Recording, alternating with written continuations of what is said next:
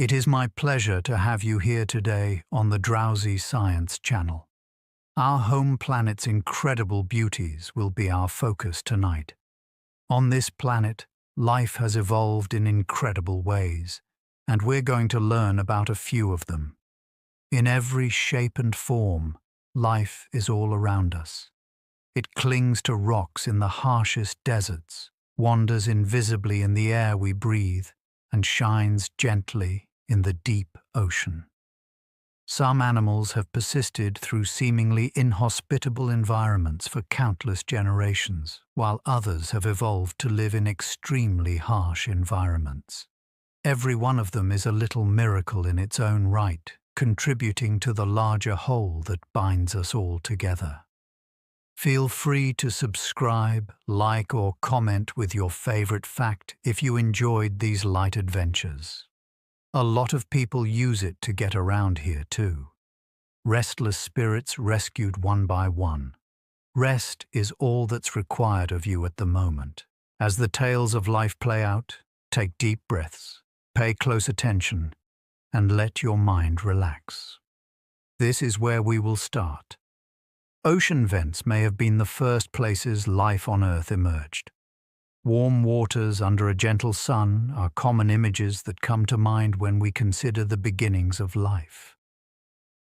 The story may have started in the deepest, darkest places, hydrothermal vents, according to modern scientific belief. These peculiar chimney-shaped formations release scorching water that is mineral-rich and originates from deep within the Earth. Despite how hostile it seems, the chemistry is really out of this world. The minerals serve as catalysts, forming microscopic cavities that may have housed the complex formations of once simple molecules. Scientists have long speculated that these mineral enclaves served as a safe haven for newborn life, a place where they could develop in relative peace and quiet amid the mayhem that surrounded early Earth. These vents are nevertheless home to many species that get their energy from the Earth's chemistry rather than sunlight. The thought that our common history might have begun with cold, pressure, and darkness, rather than light and warmth, is disheartening. Frozen solidness isn't fatal for certain animals. Envision yourself completely immobilized, only to thaw out and resume your normal activities as if nothing had transpired. Some animals don't see this as fantasy. Staying alive is the goal. The wood frog is one of few North American frogs that can undergo near-total body freezing throughout the winter. Their hearts cease to beat. They stop bleeding. They remain alive, nevertheless. To prevent their fragile cells from bursting, their bodies contain certain molecules like glucose, which function as natural antifreeze. A lot of little invertebrates and frogs have figured out ways to survive in the deep freeze that would kill most other kinds of life. When spring comes around and the ice melts, they hop away unscathed. These adaptations serve as a reminder that life is resilient and creative, even in seemingly hopeless situations. It's as though the capacity to halt and restart the beat of life is scripted into Earth's script. Some creatures don't even need sunshine to survive. The sun is commonly believed to be the most important factor in maintaining life on Earth. Its light nourishes plants.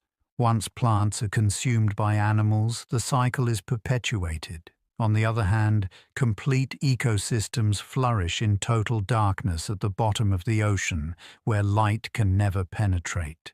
There are a lot of blind crabs, gigantic tube worms, and ghost fish around hydrothermal vents. Chemosynthetic energy production allows these microbes to subsist not on sunlight, but on substances such as hydrogen sulfide that escape from the vents.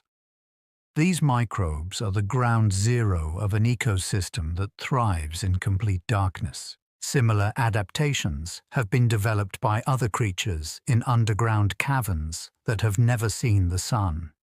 They learn to navigate by increasing their sensitivity to touch and smell, and by contracting or eliminating their eyesight. Despite popular belief, light is not essential to life. Darkness allows it to construct its own universes. Over 500 million years ago, jellyfish began drifting through the seas of Earth.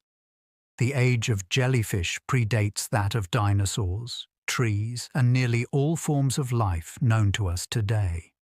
For over 500 million years, they have quietly circulated throughout the world's seas, surviving the destruction of innumerable other species. Everything about their bodies is out of this world. Inert bags of tissue, composed primarily of water and devoid of any organs whatsoever. Still, their design has remained largely unchanged throughout the ages because of how effective it is. As they float on the wind, they can be seen from space in massive blooms, or they can be illuminated by a mystical light. Even though they don't look like much, jellyfish are masters of survival. They can repair themselves and even live in environments where other fish perish. Gazing at a jellyfish as it gently swims through the water is like peering into the depths of time, beholding the tenacity of a blueprint that has served its purpose for 500 million years and is still going strong. For energy, some microorganisms may consume rocks.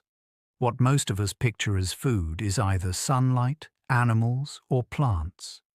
However, there are bacteria that have an entirely different menu. They get their nutrition from rock and mineral sources. The ability to remove electrons from materials such as iron, sulfur, or even uranium has been discovered by certain creatures known as lithotrophs. Drawing energy from this chemical process, complete microbial populations subsist on this peculiar diet in the darkest recesses of the Earth's surface, far from any source of light or organic matter. They may be a representation of extraterrestrial life, according to some scientists. A simple, resilient being that can get its food from stone. These microscopic organisms have the incredible ability to transform the minerals they come into contact with by changing the surrounding chemical composition. They may have played a role in shaping Earth's environment over billions of years. Imagine these unseen miners as you consider the resiliency of life, patiently consuming rocks in the dark and flourishing when nearly nothing else could. More than 10,000 years have passed since the first known living thing. In comparison to our own lifetimes, which are measured in decades, the ages of the oldest animals on Earth appear nearly incomprehensible. Submerged for over 1,000 years, clonal colonies of seagrass, or Posidonia oceanica, have persisted in the Arctic. Some land-dwelling clonal trees, such as the Utah quaking aspen pando, have genetically identical stems and can cover whole forests. Every one of them is connected through an ancient root system. These creatures have survived through many ice ages, far longer than any other species on Earth. Longevity in nature is often about continuity rather than the individual, as these examples show. A kind of life that can persist for a long time because it can regenerate itself. Being in the company of such long-extinct creatures makes the passage of time seem infinite, as if the Earth's pulse is measured not in years, but in the size of its woods and seas. Over millennia, certain trees have developed the ability to replicate themselves. Although trees often appear silent and alone, they actually possess a hidden ability, the capacity to replicate themselves. Roots can emerge from plant stems as soon as they make contact with soil. New trunks emerge as time goes on. Willows and poplars are two examples of plants that spread in this manner, resulting in massive stands of genetically similar trees. Poe, the shaky behemoth from Utah, is the most well-known of these. 40,000 individual stems that make up a forest that is believed to be thousands of years old. A tree's ability to reproduce by sending up new shoots when old ones die allows it to survive indefinitely, in contrast to most animals. A forest can be both dead and alive, old and young. It serves as a gentle reminder that life can outlive its apparent expiration date by quietly persisting over generations. Over in Oregon, a fungus occupies about 10 square kilometers. The Armillaria ostoii fungus, one of the biggest known living organisms, is found in Oregon's Blue Mountains. It seems like a few mushrooms sticking out of the woodland floor at first sight. However, mycelium, a web of interwoven filaments, extends across roughly 10 square kilometers of earth below. This enormous creature has been around for thousands of years and is thought to weigh hundreds of tons. Despite its stealthy growth, it outreaches even the biggest creatures. Invading tree roots, its filaments gradually break down wood, reusing the forest in the process. As you make your way through the forest, you could get the impression that you're walking amongst several small trees and mushrooms. However, what you're actually walking on is the living skin of a much larger organism, a hidden behemoth that subtly rules its territory, awe-inspiring and terrifying all at once, symbolic of the fact that hidden giants abound on this planet. Your body contains more microorganisms than human cells. If you consider yourself to be an isolated entity, science provides a sobering reality check. A living ecosystem, you are. There are at least 10 times as many microbes as human cells in your body. Your skin, mouth, intestines, and tissues are all habitats for various microbes, including viruses, fungi, archaea, and bacteria. The term for all of these microbes is the microbiome. Plus, they affect our energy levels, immune systems, moods, and digestion. A large number of them are crucial. We would perish if they weren't there. Still, some live side by side, doing no damage and providing assistance. They come together to build a bustling metropolis inside of you, one that is always evolving in response to your food, surroundings, and life experience. Realizing that you are more microbe than human makes it obvious that you are never truly alone. Every one of us is a network, a delicate dance of many beings sharing a single vessel, even within our own bodies. Space is habitable for tardigrades. The little snout-topped, eight-legged pillows that are tardigrades are commonly known as water bears. Their famed toughness belies their diminutive size, less than a millimeter long. They enter a condition known as cryptobiosis and dry out nearly entirely when circumstances become harsh, such as when water runs out, temperatures fall, or radiation levels soar. When in this condition, they are able to withstand conditions that would be fatal to most creatures. Even after being exposed to radiation, freezing, boiling, and the emptiness of space, they manage to survive. They can be brought back to life after being dormant for a long time by just adding water. A combination of unique carbohydrates and proteins stabilizes their cells, preventing harm to their DNA and membranes. This is their secret weapon. Their very existence demonstrates that even despite seemingly insurmountable odds, life can persist.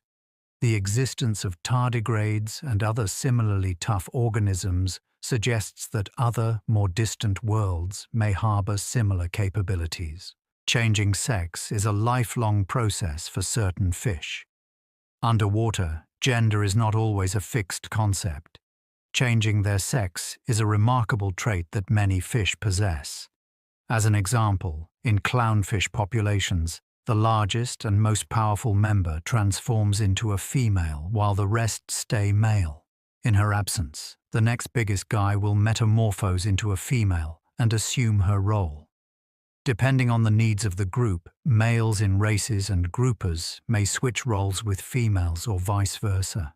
Adaptations in behavior, hormone levels, and even the structure of reproductive systems are all part of these modifications. It serves as a gentle reminder that the seemingly inflexible categories might actually be quite malleable. Being adaptable is often crucial for staying alive in the ocean. By rewriting its own laws to guarantee the continuation of its lineage, this fish shows us how adaptive life can be. An axolotl's brain may regenerate. Among amphibians, the axolotl stands out. It is also known as the Mexican walking fish. It appears otherworldly just from looking at it, what with its fluffy gills, eternal grin, and young looks. That being said, it is accurate. Regeneration is where marvel happens. When injured, humans leave scars. Axolotls, on the other hand, may regenerate lost limbs, spinal cords, hearts, and even brain tissue. When they sustain an injury, their body's specialized cells, which resemble stem cells, transform into a more malleable form and meticulously restore the damaged areas. Axolotls have a remarkable ability to regenerate, and scientists are studying them closely in the hopes of understanding it. Just think of how amazing it would be if people had the ability to regenerate organs or fix spinal injuries just like these tiny salamanders. Regeneration is more of a way of life for the axolotl than a miracle. A restorative cycle that keeps it looking fresh and strong in the oceans it inhabits. It takes months for some frogs to release their breath. There are frogs that, in the dead of winter, pull off an almost unbelievable accomplishment. They go into a suspended animation when they halt all respiration and hide in the dirt or behind the leaves. For instance, the marsh frog can stay submerged for months on end, getting all the oxygen it needs from its skin. In order to wait for spring to arrive, some species put their bodies on hold and reduce their metabolism to a crawl, allowing them to exist on nearly no oxygen. They manage to stay alive in environments that would kill most other animals by maintaining a fine equilibrium. When the weather warms up again, they snap out of their slumber and start croaking like nothing ever happened. Being able to endure hard seasons in silence is a testament to the patience of nature. The key to surviving isn't always moving, but rather being calm and collected until help arrives. Cavitation bubbles can be produced by some shrimp species at temperatures greater than those of the sun on Earth. The tiny pistol shrimp, which has a claw that acts like a weapon straight out of science fiction, is one of the most remarkable creatures on Earth. It produces a low-pressure bubble when it snaps its claw shut, which is caused by a rapid jet of water. A shock wave is produced when the bubble bursts, which incapacitates or kills any close prey. For that split second, a flash of light visible only with specialized gear and temperatures higher than the sun's surface is produced by the burst bubble. Not bad for an organism that is only a few centimeters in length. As hundreds of thousands of pistol shrimp snap their claws in time, the sound they make can resemble the crackling of underwater fires. That such a little object could concentrate such tremendous energy is nearly unbelievable. Evidence that nature conceals the potential to release forces comparable to those of the stars even in the smallest bodies. The magnetic field of Earth helps some birds find their way around. Incredibly precise navigation across thousands of kilometers over oceans and countries begs the question, how can a bird know its destination? Many animals, according to scientific research, have an innate ability to detect and navigate through Earth's magnetic field. Magnetoception is a sense that is believed to be mediated by either light-sensitive proteins in the eyes or by minute magnetic particles embedded in their tissues. For some avian species, magnetic fields may appear as subtle patterns superimposed on their environment. They navigate wide, featureless skies devoid of markers by use of this secret sense. As a result, migratory birds like Arctic terns and pigeons are able to navigate to their nests even while they're in new areas. The Earth's magnetism is imperceptible and unseen by humans. For these avian creatures, though, it's like a subtle map etched into the air itself, leading them aimlessly over the world. The migration of monarch butterflies can cover thousands of kilometers. One of the most incredible migrations in the animal realm is embarked upon each fall by millions of monarch butterflies. They travel from North America to the mountainous central Mexican forests on delicate, papery wings, an adventure spanning thousands of kilometers. Considering that not a single butterfly makes it all the way around, this achievement is very remarkable. Along the road, generations are born, everyone carrying on the path laid down by those who came before them. As they make their way north in the spring, they will have passed the migratory torch on to the next generation, the great-great-grandchildren of the butterflies that set out months before. They return to the same woods and even the same trees year after year, guided only by instincts that we can only speculate about. As the trees burst with a flurry of orange and black wings, it's as if you're witnessing a piece of living poetry. Nimble creatures following the invisible paths etched into their very essence. Tricardia and blue blood are characteristics of octopuses. The octopus's unique blood and circulation make it one of the most clever and bizarre organisms on Earth. Octopuses have 3 hearts, unlike humans who only have 1. 2 circulate blood via their gills, and a third carries it throughout the body. Their blood is copper-based, not iron-based. Hence, it's a pale, ice-blue color instead of the red color ours is. This change makes it possible for them to stay alive in water that is chilly and low in oxygen. The octopus is nevertheless awe-inspiring in other ways. They have freakishly good problem-solving skills, can alter their skin tone and hue on the fly, and can fit into incredibly tight areas. Octopuses are like alien intelligence. They're sentient beings whose bodies and minds have developed in entirely different ways from our own, proving once again that there is no one set design for how life should unfold.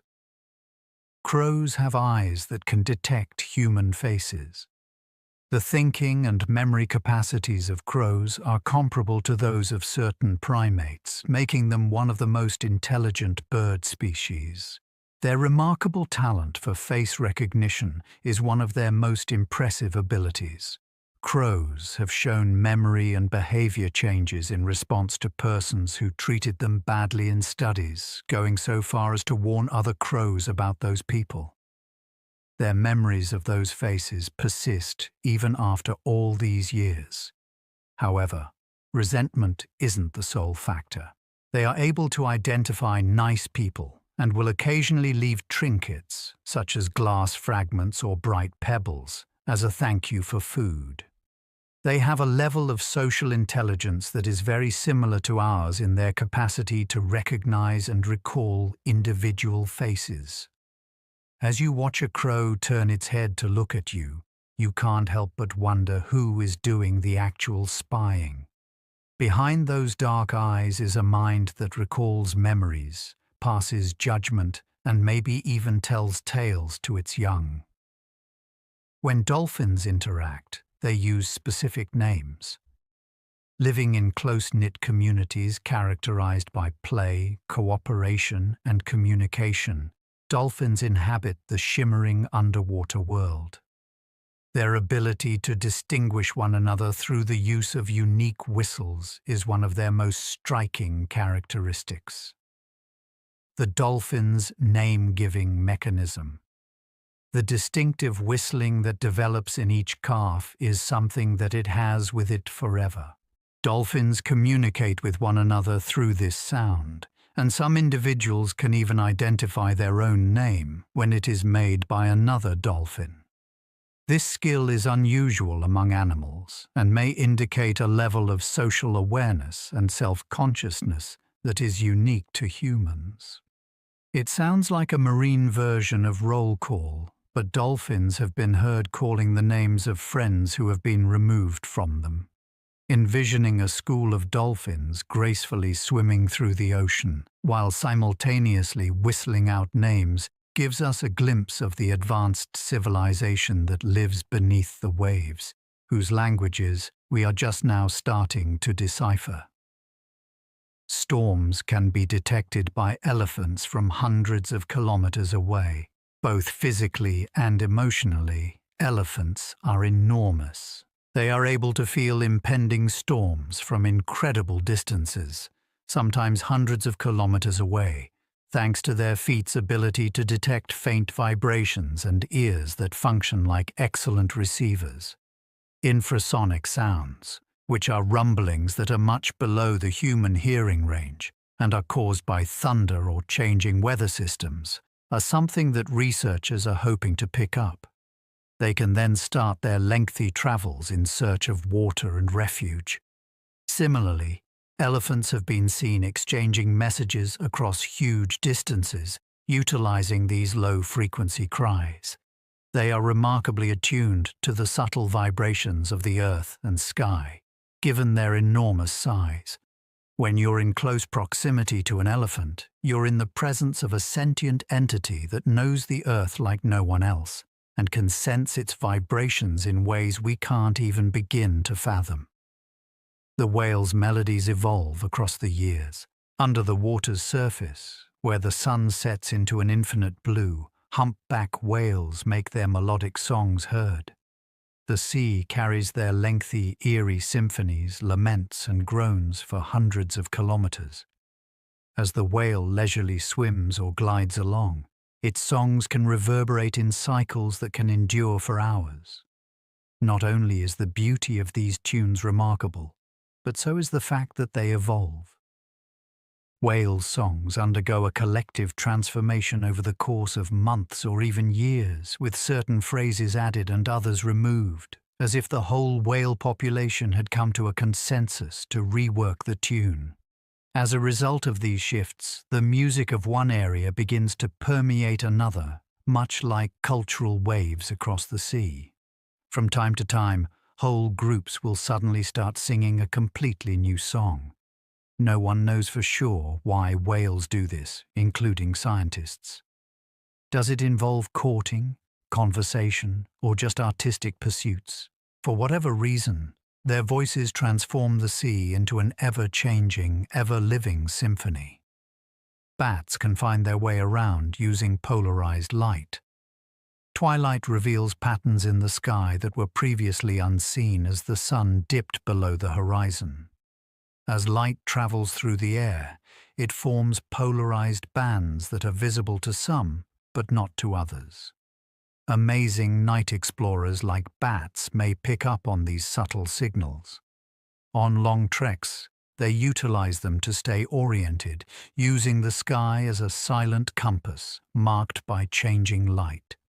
Bats use echolocation in conjunction with this concealed map to navigate perfectly over great distances, not only darting through trees. Think of the waning light in the sky as a network of gentle arrows leading you home, rather than a faded rainbow of colors. Bats comprehend additional dimensions of information that humans cannot. Their journey serves as a poignant reminder that the planet is teeming with hidden messages, and that the ways in which nature guides us may be both nuanced and profound. Even without a brain, slime molds can solve mazes. Slime molds are an entirely new kind of organism, distinct from all other known animals, fungi and plants. They are enormous single cells that move gently over surfaces, searching for food with their delicate tendrils.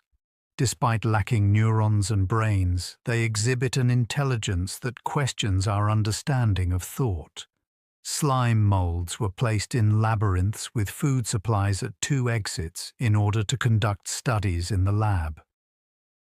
The organism slowly made its way into the halls, avoiding obstacles, strengthening its shortest route, and, as if solving a puzzle, following the most efficient route. They act as if they recall prior occurrences and can even predict when they will occur again.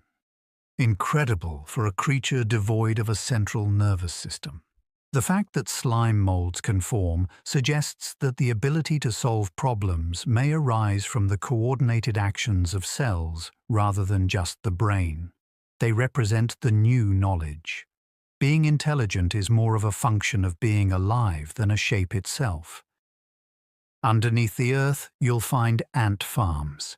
Ants were engaged in agricultural activities even before humans cleared land for planting and tending crops. For example, ants that cut leaves, march in seemingly continuous processions, plucking leaves from plants and returning them to their underground abodes.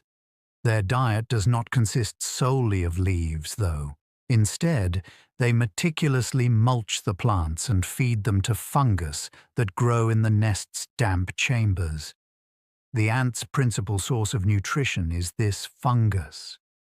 Fungi and ants have co-evolved into mutually dependent species over millions of years.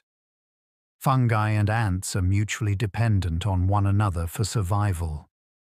As if that weren't incredible enough, the ants use the symbiotic bacteria already living on their bodies to protect their crops from pests by secreting medications. Ants manage to pull off what humans have only just begun to do in the past 10,000 years. Underneath our feet, in the dirt, there is an old farm that we hardly pay attention to. Colonies of leafcutter ants can reach urban sprawl proportions. There are millions of leafcutter ant colonies, each with its own intricate network of tunnels that spans dozens of meters. Colonies are more than just a place to lay eggs. They are bustling metropolises where workers wave verdant flags as they travel the highways back and forth. The subterranean building is partitioned into sections for specific purposes, such as large nurseries, the queen's vaults, and enormous holes for mushroom cultivation. As a result of her prolific egg-laying, the queen may extend her reign for up to 20 years. Using pheromones, scent trails that function like public announcements, communication flows, directing labor with extraordinary precision. These colonies seem a lot like human cities when mapped out by scientists. They even have systems in place to divide up resources, regulate waste, and divide up labor. Here, though, architects rely solely on gut feelings to direct their work. This is a really disheartening discovery. Subterranean organisms no larger than a human fingernail build complex societies on par with our own. Mounds constructed by termites serve as a natural air conditioner. In the African and Australian hop savannas, termite mounds, which may reach heights of over 6 meters, resemble earthen churches. Termites, numbering in the millions, are inside, diligently caring for their colony and cultivating fungus to feed themselves. The most astounding thing is that these mounds manage their interior climate with pinpoint accuracy, even though it's freezing at night and scorching during the day. Remarkably, the inside remains unchanged. The building's porous walls, chimneys, and vents make it function similarly to a lung, regulating airflow and temperature. Termites are always adapting the mound to new circumstances by fixing holes, expanding or contracting tunnels, or both. Their innovative designs have piqued the interest of architects who are looking for environmentally friendly ways to cool buildings. Stand next to one of these buildings in your mind. A living, breathing skyscraper crafted from grain-by-grain clay, housing a civilization that places greater faith in natural architecture than in most human-designed structures. The deep ocean is illuminated by bioluminescent animals nowadays. Even in the darkest, most remote parts of the ocean, there is light, light that gives life to life itself. Numerous creatures inhabit this area, and their bioluminescence emits light in a spectrum of blue, green, and occasionally red shades. Little plankton glisten like stars in the night sky, and fish follow shiny lures to catch food. Some jellyfish can transform into living fireworks by pulsating with neon patterns, which fool predators. Down here, light serves as a means of locomotion, communication, hunting, and hiding. There are animals that glow all the time, and others that burst into light like explosions in the night. Glistening waters have always been a source of both awe and terror for mariners. But for the native fauna, this light represents communication, a means of subsistence, and even creativity. The darkest parts of the ocean really have the most brilliant light, because that's where light of a different kind was born, in the absence of sunshine. Over whole woodlands, fireflies synchronize their flashes. During rainy seasons in the Great Smoky Mountains and Southeast Asia, fireflies turn the night sky into a dazzling light show. Their bursts of light appear haphazard at first. Then, seemingly out of nowhere, whole communities start pulsating in time with one another. A forest's pulse echoed by thousands of little lanterns flashing in time. As the pattern spreads over the trees, the synchronization occurs organically as fireflies adapt to their neighbors. Researchers think this synchronization makes them more attractive to potential partners. Adding a human touch, though, makes everything seem miraculous.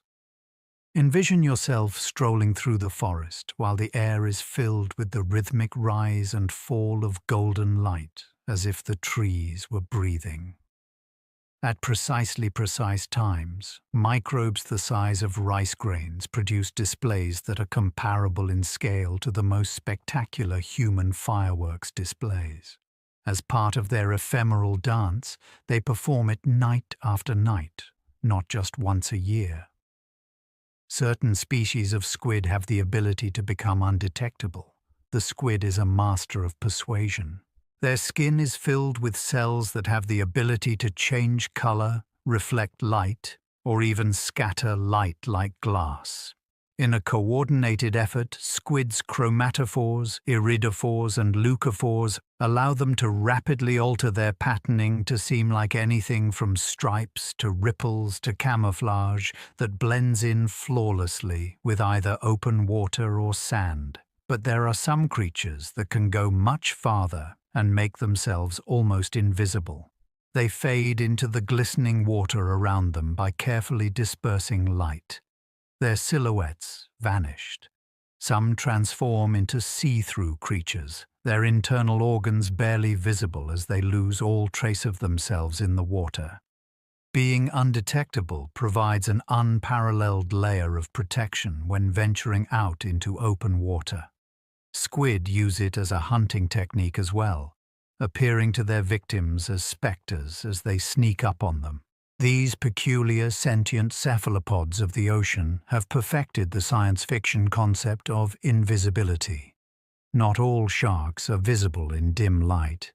Even though sharks have been around for a long time, some of them even serve as marine lamp-bearers. One example is the bioluminescent shimmer that lantern sharks exhibit. This shimmer elongates their underbelly and gives them a gentle green or blue light. Camouflaged by this glow, they mix in with the surface's weak light, keeping themselves inconspicuous to predators below. In the dark, other sharks that shine indicate possible mates or competitors. Photorays, which are light-producing organs dispersed across their bodies like a constellation of living stars, are responsible for the glow. These sharks float like swimming stars in the ocean's twilight zone. The ocean takes on a haunting allure when one envisions a predator gleaming gently in the depths. Even hunters carry lanterns, turning survival into a drama of light rather than a desolate wasteland. The average lifespan of a Greenland shark is about 400 years. One of the most enigmatic creatures on the planet, the Greenland shark, lives in the frigid North Atlantic waters. Gliding slowly over the depths, these gigantic beings can have amazing lifespans, despite being blinded by parasitic worms that stick to their eyes. They are the longest-lived vertebrates known, with specimens reaching back more than 400 years according to radiocarbon dating of eye tissues. Prior to the invention of the telescope, the rise and fall of empires, and the writing of Shakespeare's plays, some people lived.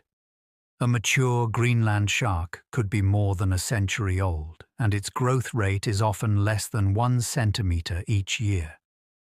They appear to be immune to the effects of time due to their slow movement and frigid environment. Time moves differently for other creatures that share our world with us. Just try to picture a creature traveling silently through dark seas for eons. There are fish that can last weeks without breathing air. Without oxygen, most species would die very quickly. Some fish, however, exhibit extraordinary resilience in water bodies where ice caps the surface during winter and oxygen levels drop. By putting their metabolism into an odd gear, goldfish and their wild relative, the crucian carp, may survive for weeks without oxygen. Instead of the harmful lactic acid that humans produce when they don't have enough air, they make ethanol, which is like alcohol, and release it into the water surrounding them. They are able to endure the long, cold winters in relative safety because of this biochemical trick, and they only emerge when thaw comes back. This is one of nature's most incredible metabolic hacks. It's not easy, but it's survival. In contrast to us, these fish can remain motionless for hours at a time, demonstrating that the laws of nature can change in response to external pressures. For years, lungfish have been known to hibernate in dirt. Many fish die as rivers dry out to cracked clay due to a severe drought. However, the lungfish are not considered. Being a fossil with gills and lungs, this ancient survivor has mastered the art of waiting. Lungfish hide in the dirt as the water recedes, secreting a sticky cocoon that eventually hardens around their bodies. On the inside, it reduces its metabolic rate to a whisper and takes calm, regulated breaths via its lungs. This can last for a long time, months or possibly years, until the rivers fill up with rain. Then, as if nothing had transpired, it wriggles free with incredible patience. Lungfish are able to survive temperatures that would be lethal to most vertebrates because of a state of suspended animation known as estivation. A lesson in perseverance is etched into their very bones. Rather than fighting the drought, they plan to sleep through it, believing that water will eventually come. Spawning can require some eels to swim thousands of kilometers. Eel life was shrouded in obscurity for ages. Since there was no proof of reproduction, Aristotle once pondered their origin. It has recently come to light that eels perform one of the world's most extraordinary migrations. Both American and European eels spend the vast majority of their lives in aquatic environments, where they can live for decades. When mating season rolls around, they set out on a remarkable voyage of thousands of kilometers to the Sargasso Sea, an area of the Atlantic Ocean teeming with floating seaweed. They lay their eggs and then die out in the open sea. Their baby eels, which are tiny, translucent larvae that resemble willow leaves, return to rivers their parents never saw as they float on ocean currents. This cycle remains a mystery to this day because of how unlikely and enigmatic it is. The eel's life cycle is still a mystery to this day. Parrotfish lay their eggs in protective mucus sacs. At dusk, parrotfish burrow beneath coral reefs to get ready for the night. However, rather than stowing away in a crack, they encase themselves in a see-through bubble made of secreted mucus. To evade predators like moray eels, they sleep in a slimy sac that covers their scent. Additionally, it has the potential to protect against parasites. Strange and enchanting, like witnessing a being cloaked in a spectral cloak, is watching a parrotfish swim inside its own glistening bubble. In the morning, the fish escapes and begins its day of constructing tropical beaches by crushing coral with its beak-like jaws. This process is repeated nightly, a mucus-based bed, a flimsy defense against the night's perils. Every aspect of this clever routine serves as a constant reminder that even the act of sleeping in nature is never easy, but rather a survival mechanism.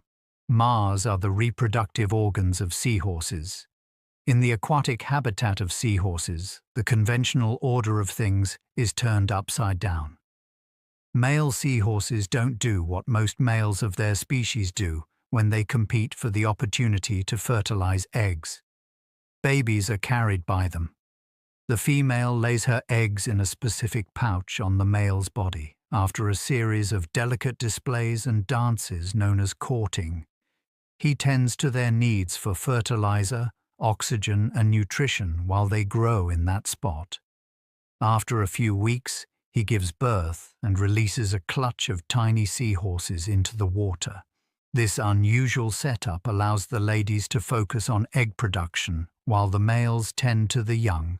It is a strange and emotionally wrenching sight to see a mother seahorse writhe as hundreds of baby horses burst into the water during delivery.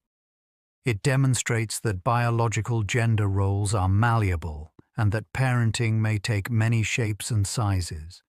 Our expectations are turned upside down by the seahorse. Insects have the ability to float on water. The long, slender legs of the delicate water strider insect allow it to skate across streams and ponds with the ease of a skateboarder. Physics holds the key to their secret. Leg hairs are so little that they deflect water and trap air, making it impossible for them to breach the surface tension. Like an invisible trampoline, they use each step to press against the rippled water beneath them. Strider colonies can congregate and glide over a mirror stage in perfect harmony. Surface waters provide food and refuge from underwater predators. Thus, to these creatures, the water is more like a second home than a barrier. These insects are marvels to us because they can walk on water. Over millions of years, it just impacts everyday life. Observing their graceful movement over placid ponds is like getting a sneak peek at a different set of regulations. One in which the boundary between the two media is a game. Radiation isn't going to kill water bears. Among the most indestructible forms of life we know of are tardigrades, which are little, fat creatures that are commonly called water bears. The radiation levels they must tolerate are thousands of times greater than the amount that would kill a human being, on top of having to endure the vacuum of space. They enter a state of near-death known as cryptobiosis and produce special proteins that protect their DNA from harm. During this phase, their bodies get parched. They have a nearly non-existent metabolic rate, and their cells are protected from damage. Reviving them with only a drop of water is possible even after years have passed. Their resiliency has scientists wondering whether it could have uses in radiation protection, long-duration spaceflight, or perhaps human health. The invisibility of water bears serves as a reminder that stamina, not stature, is the true measure of strength. Resilience enough to face insurmountable odds and emerge victorious. Algae can live within rocks. Life has discovered a method to hide in some of the world's most hostile deserts, where the surface is unbearably hot and dry due to the winds that blow across the landscape. For protection from the environment, some types of algae live in the cracks and crevices of rocks, where they burrow into the mineral layers that are see-through. These creatures have evolved to live in environments with very little light and very little moisture, which they obtain through small fissures in rock. Being alive is a risky business. Even yet, it enables them to persist in environments where essentially no other life forms do. Their severe conditions serve as a model for Mars, and scientists have found them in the Atacama Desert and Antarctica's dry valleys. That abundance is not necessary for life is whispered by these hidden algae. All it needs is a chance. Conceiving of a life within stone challenges our assumptions about the kinds of environments that could support life and encourages us to think about other planets that might be habitable. Algae and fungi form lichens, which are partnerships. Simple crust or moss patches attached to rocks or trees are what lichens appear to be at first sight. On the other hand, they are not isolated creatures. In these complex relationships, cyanobacteria and fungus work hand in hand. While algae contribute by absorbing energy from sunlight through photosynthesis, the fungus offers shelter, structure, and access to minerals. Their combined value exceeds that of their individual components. As they spread across surfaces, lichens gradually erode ice, expose stone, and even rooftops, making room for new forms of life. They are able to survive in conditions that would be fatal to other plants, such as frigid tundra and hot deserts. Legend has it that certain lichens can live far into their thousands. We learn about collaboration from their calm persistence, coming together as one, two drastically different kinds of living. The importance of cooperation rather than rivalry in ensuring one's survival has been demonstrated. A timeless lesson passed down through the generations. The planet itself. Some microbes use metal as an oxygen source rather than air. In order to breathe, the vast majority of Earth's living things need oxygen, the chemical molecule that permits the transfer of energy by taking in electrons. A few types of bacteria, however, can survive in completely oxygen-depleted settings. Metals are utilized instead in subterranean aquifers, caves, or deep mud. As part of their metabolic process, bacteria can exhale iron, manganese, or even uranium to replace oxygen. Subtly altering their habitats, these creatures coat rocks with a rusty patina or change the chemical state of metals. Their skill suggests a time when oxygen was rare and alternative elements propelled the chemistry of life. Additionally, it raises the prospect of life on extraterrestrial planets devoid of oxygen. Thinking about organisms that take in oxygen from metal demonstrates the adaptability and resourcefulness of the living, which can turn seemingly dead matter into a source of energy for further growth. Microbes exist that can break down plastic. The ubiquitous plastic has become one of humanity's most defining features. It refuses to decompose for ages and clogs up seas and soils. Life has yet managed to get a hold of even this man-made substance. Microbes that can decompose specific types of plastics and use them as fuel have been found in recent years, according to scientists. Polyethylene terephthalate, a substance used in bottles and packaging, may be broken down by enzymes produced by one bacterium, Idonella sachensis. In vitro studies have demonstrated that fungi can also break down polymers. Even though they are clumsy and unrefined, these skills show how adaptable life is. Organisms are adapting to use a material that has never been present in nature before, and this is happening in the span of a few decades. It is a stark illustration of the magnitude of human influence, yet it also proves that life is determined to adapt to any situation it faces. Subterranean fungal networks allow trees to communicate. A secret web of fungus threads weaves through the forest bottom, connecting tree roots into extensive networks. Trees transfer carbohydrates, nitrogen and phosphorus to one another via their root systems. Even in times of drought or pest infestation, they may send out chemical signals to alert people. Through these networks, larger, older trees, sometimes referred to as mother trees, provide nourishment to smaller seedlings, increasing the likelihood that the next generation will survive.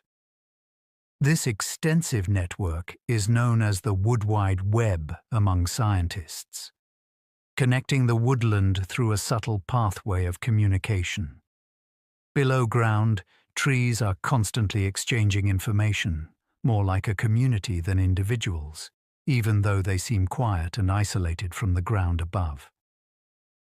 Realizing this, when you go through a forest, changes your perspective. There is a dialogue between roots and fungus that has been going on for millions of years, and every trunk is like a tower connected by hidden threads. Chemical alerts can be released by plants to their neighbors. Plants are not passive, despite being rooted and motionless. As soon as they see that insects are nibbling on their leaves, certain plants send out chemical messages. These volatile molecules float to other plants of the same species, where they cause them to put up a fight by making bitter chemicals, toughening their tissues, or even drawing in insect predators. Bees communicate with one another in this way when danger is near. Herbivores even stop eating some plants because of the drastic changes in flavor they bring to their leaves. These warnings are imperceptible to the human senses.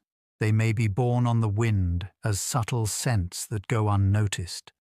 Cries of panic, though, are heard amid the still battlefields of woodlands and fields, like unseen messages carried by the wind. It turns out that plants do not sit on their hands and let their destiny unfold. They communicate by a language written in chemical and fragrance, and they are actively involved in the survival process. A Venus flytrap can keep track of its victim's motions.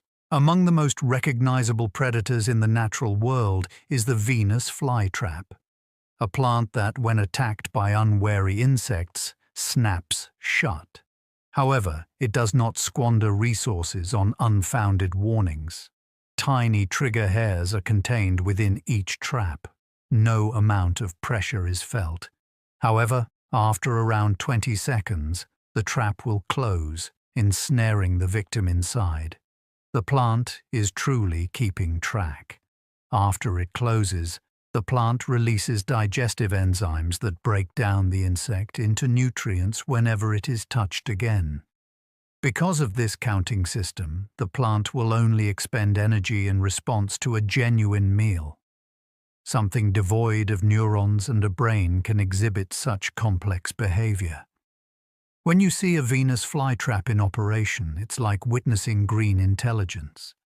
The hunter lies in wait, silently precise in its response timing, transforming stillness into strategy in the most unexpected way. There are plants that can recall their own histories. When we think of memory, we usually picture animals. However, it seems that some plants can recall things too. Scientists conducted studies by gently dropping the Mimosa pudica plant, which is known to fold its leaves in response to touch. Initially, the leaves flocked together in a protective manner. However, the plant eventually ceased responding, as if it had figured out that the stimulation wasn't harmful after all. Even after all this time had passed, the plant could still recall the harmless droplets. It only responded to other dangers. This memory is not based on neurons, but on metabolic alterations in cells that change their response to stimuli. It proves that non-living things can remember things and change their actions based on those memories. Even though they're firmly planted, plants aren't mindless. They take note of events in their own unique ways, absorbing knowledge from their environment.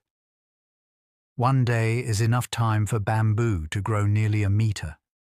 Bamboo grows at an almost miraculous rate, making it one of the quickest plants on Earth. Certain species can, under perfect circumstances, expand nearly a meter in just one day.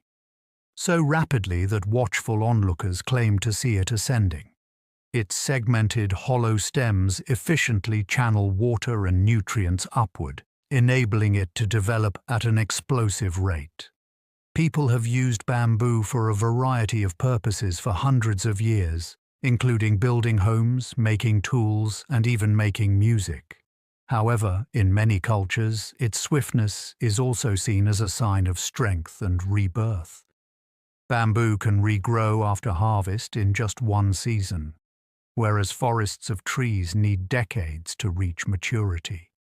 It serves as a structural element and a living symbol in its native habitats. Power through endurance, agility by adaptability, and swiftness by careful planning. The amazing and profoundly poetic development of bamboo exemplifies the capacity of nature to thrive with astonishing rapidity. The biggest flower in the world is produced by the Titan arum. The Sumatran rainforest is home to a shrub whose blossom has surprised botanists and travelers. Titan arum, also known as quartz flower. Rarely does it bloom, but when it does, a single flower stalk can soar to a height of more than 3 meters, like a spire. As it opens, the blossom reveals a scarlet inside and lets out a smell like spoiled flesh. As they scurry around aimlessly in quest of food, the stinky smell entices pollinating beetles and flies. Among the biggest and most peculiar blossoms in nature, for the little time it opens, the flower transforms into a grotesquerie and a sight to behold. Wondered onlookers swarm botanical gardens in droves whenever Titan arums are in bloom. Titan arums embody the ebb and flow of existence in their enormous but transient bloom. Swift, daring, and memorable. Orchids can fool insects by mimicking the way a female plant feels. Orchids are experts at playing tricks. Insects can attract mates by changing their appearance and smell to resemble that of a female. Their petals transform into bug bodies, and chemicals secreted by their surfaces emit scents similar to pheromones. While trying to mate with the flower, male insects are tricked into brushing up against the pollen as they are fooled by the mimic. Unknowingly finishing the plant's reproductive cycle, they carry the pollen with them as they go on to the next orchid. This tactic verges on deceit, a meticulously constructed biological illusion. If you ask an insect, the orchid is a beautiful flower, a temporary guarantee that is both alluring and untrue. The exquisite blossoms showcase evolution's crafty survival strategies, which rely on artifice, persuasion, and the subtle art of seduction rather than force. Pollinators are attracted to the corpse flower by the stench of decaying flesh. Standing next to a blooming corpse flower is one of the most startling nature encounters. This enormous bloom is native to the Sumatran rainforests and has a stench so pungent that it can be smelled from hundreds of meters away. To the human nose, it resembles the putrid odor of decaying flesh. However, for flies that prey on dead animals, it serves as an enticing temptation. They transport pollen from bloom to bloom as they make their way through the flower's hollow interior. This approach is effective. The plant assures its survival by acting as if it were dying. During its short flowering period, the corpse flower attracts large audiences who are both captivated by its eerie beauty and repulsed by its stench. A lesson is contained in its macabre allure. Revulsion, for example, can be channeled into a reproductive strategy. There are seeds that can remain dormant for a very long time. Plants store their memories in seeds. They patiently wait for the ideal circumstances to awaken, encased in protective shells, while carrying the blueprint of future life. It may take millennia, not years, for certain seeds to mature. After more than 30,000 years in the frozen tundra, scientists in Siberia successfully grew a flowering plant from a seed. A date palm seed that had been dormant for 2,000 years was revived in the Judean desert, and new leaves began to emerge, reaching for the light of the modern sun. The capacity to virtually completely shut down metabolism is the source of this endurance, protecting fragile tissues from the gradual ravages of time. Buried in the dirt or hidden away in old artifacts, seeds may look lifeless, yet they actually contain a spark of potential that might be nurtured for centuries. By gently grasping a seed, one may sense the enduring power of nature as it lulls the woods of tomorrow to a peaceful slumber. From salt water, mangrove trees may extract salt. Roots entangled like knotted webs characterize mangrove forests that occur along tropical coastlines where the ground meets the water. In the saline brackish seas where most vegetation dies off, these trees flourish. Adaptations that mangroves have developed to stay alive are very remarkable. At the root level, some species remove salt from the water and bring up only fresh water. In contrast, several species secrete a crusty white residue after excreting salt through leaf glands. Not only do they help keep trees stable, but they also serve as habitats for many other kinds of animals, including fish, crabs, and many more. Mangroves provide a living barrier between land and sea, preventing erosion and storm damage to coastlines. Protectors of the coast, they flourish in environments with both salt and fresh water. There is an engineer and a protector in every tree. This is more evidence that adaptation and subtle resilience are more common than outright resistance when it comes to surviving in hostile circumstances. Underground seedlings allow some grasses to withstand wildfires. At horrifying speeds, wildfires consume entire landscapes, turning farms and woods into ash. However, it is not uncommon for life, particularly in the grasses, to emerge once the smoke has cleared. Some grasses, in contrast to many plants, store their life force underground in robust organs known as rhizomes or bulbs, which allow them to survive leaf burns. These concealed components are always ready to sprout new, verdant blades, even when the surface is scorched. Tender sprouts, feeding grazers, and regenerating ecosystems can turn burned soil back into a glowing surface in a matter of weeks. Periodic fires are essential for the renewal of many grasslands because they remove dead vegetation and fertilize the soil with ash. Part of their reincarnation cycle includes fire, which seems destructive. The resilience on display in a prairie's recovery from a fire is a powerful reminder that death and rebirth are frequently interdependent cycles in nature. The construction of coral reefs is a feat of microscopic organisms, yet these ecosystems rely on them. Expanding underwater metropolises teeming with colorful fish, turtles, and other marine life are what come to mind when one thinks about coral reefs. However, the tiniest marine organisms are the ones responsible for constructing reefs. Polyps of coral, little creatures related to jellyfish. The rigid skeletons that accumulate into reefs over thousands of years are formed when each polyp secretes calcium carbonate.